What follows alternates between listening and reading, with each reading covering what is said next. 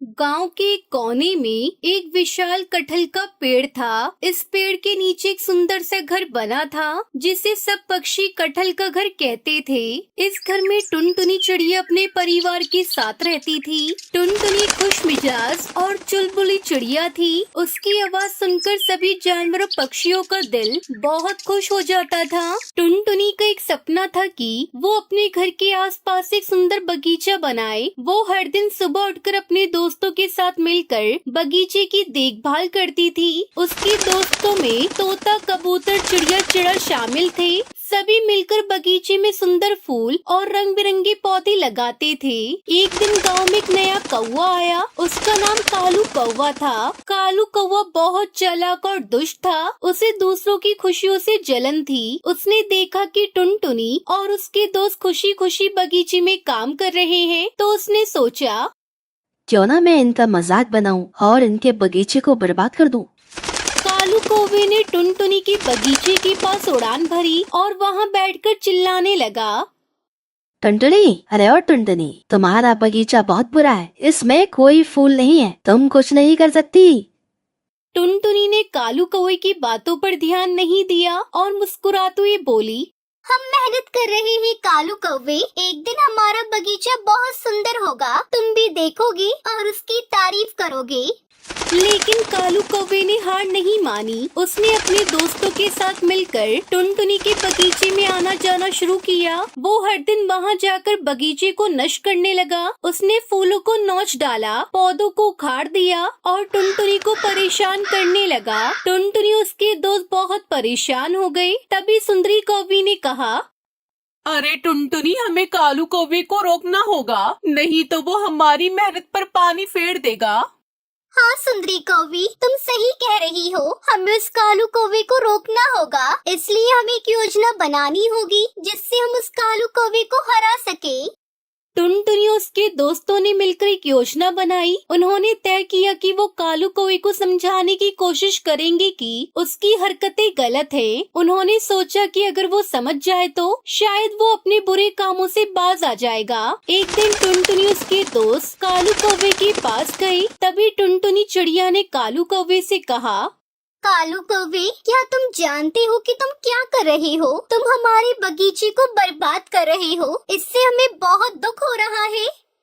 कालू कौवे ने हंसते हुए कहा, मुझे परवाह नहीं है, मुझे तो बस मजा आता है तुम सबको परेशान करके। इससे टुनटुनी उसके दोस्त बहुत निराश हो गए। उन्होंने तय किया कि अब उन्हें कुछ और करना होगा। उन्होंने सोचा कि अगर कालू कौवे को सबक सिखाने कोई तरीका निकाला जाए तो वो अपनी हरकतों से बाज आ सकता है। तभी टुनटुनी ने कहा, सुनो साथियों, हम सब एक साथ मिलकर जाल बुनेंगे और जब कालू कौवा आएगा तो उसे हम उस जाल में पकड़ लेंगे। सभी दोस्तों ने इस विचार को पसंद किया और जाल बनाने में जुट गए। टुनटुनी और उसके दोस्त ने जाल बनाने में बहुत मेहनत की। उन्होंने बगीचे के चारों ओर जाल बूंद दिया। जाल को इस तरह से सजाया गया था कि जब भी कालू कौवा बगीचे में आएगा वो उसमें फंस ही जाएगा। एक दिन कालू कौवा फिर से बगीचे में आया और वहाँ के फूलों को तोड़ने लगा। जैसे ही उसने जाल में प्रवेश किया वो उसमें फंस गया। टुनटुनी और उसके दोस्त खुशी से चिल्लाए, अरे टुनटुनी, हमने उसे पकड़ लिया। कालू कौवे ने देखा कि वो जाल में फंस गया है, तो उसने टुनटुनी से कहा, कृपया करके मुझे छोड़ दो। मैं अब कभी तुम्हें परेशान नहीं करूँगा। अगर तुम सच में ऐसा सोचते हो तो मैं तुम्हें छोड़ सकती हूँ, लेकिन पहले तुम्हें वादा करना होगा कि तुम हमारे बगीचे को नुकसान नहीं पहुँचाओगे।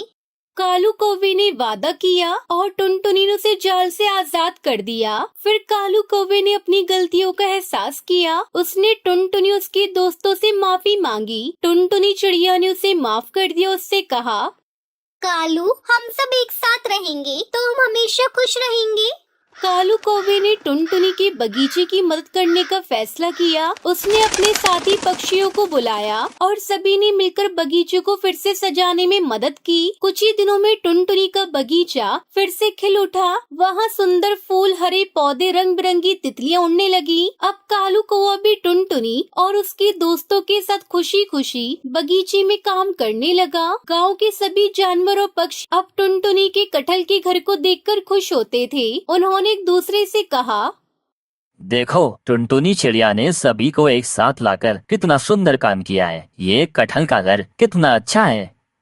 टुनटुनी और कालू कौवे की दोस्ती ने सिखाया कि एकता में ताकत होती है। जब सभी मिलकर एक साथ काम करते हैं तो किसी भी मुश्किल को आसानी से पार किया जा सकता है। अब टुनटुनी और कालू कौवा मिलकर अपने बगीचे की देखभाल करते थे और सभी पक्षियों के लिए उन्होंने कटहल का घर भी बनाया, जिसमें वो सब पक्षी आराम से रहने लगे। इस प्रकार टुनटुनी चिड़िया ने न केवल अपने घर को सुंदर बनाया, बल्कि कालू कौवे को भी एक नई राह दिखाई। गाँव के सभी पक्षी अब एक दूसरे के साथ मिलकर खुशी खुशी कटहल के घर में रहने लगे। टुनटुनी चिड़िया और कालू कौवे की कहानी सिखाती है कि कभी कभी दुश्मन भी दोस्त बन सकते हैं, अगर हम समझदारी और प्यार से काम ले। और इस तरह टुनटुनी चिड़िया अपने कटहल के घर में खुशी खुशी रहने लगती।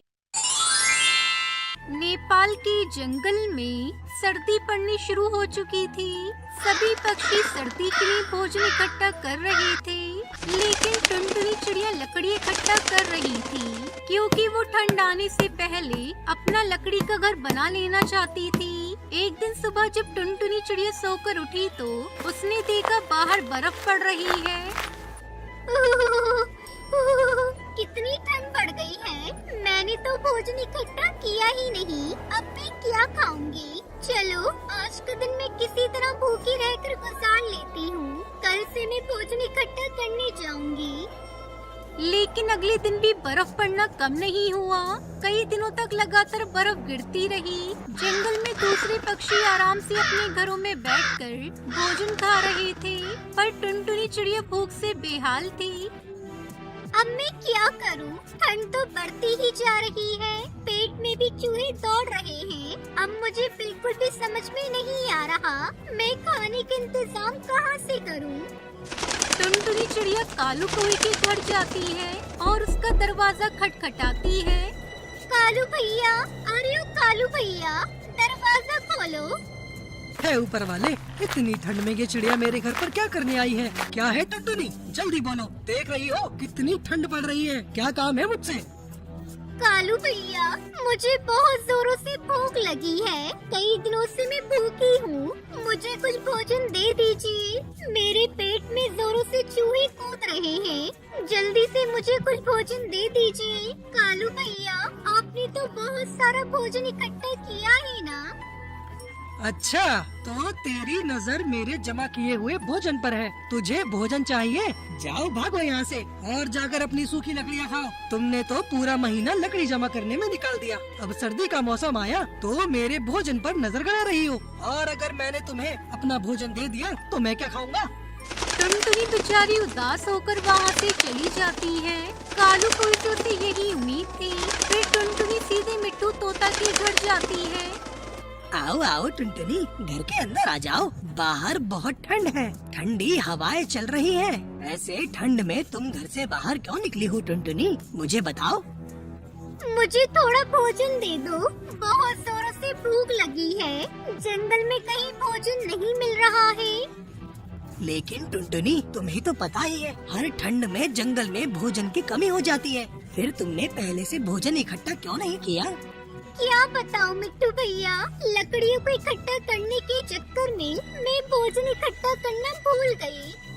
कोई बात नहीं टुनटुनी, मेरे पास बहुत सारा अनाज है। ये अनाज की एक बोरी आप अपने साथ ले जाएं, और भोजन की जरूरत पड़े तो दोबारा आ जाना। और अगली बार लकड़ियों के साथ साथ अनाज भी इकट्ठा करना मत भूलना। आपका बहुत बहुत धन्यवाद मिट्टू भैया, अब मैं चलती हूँ।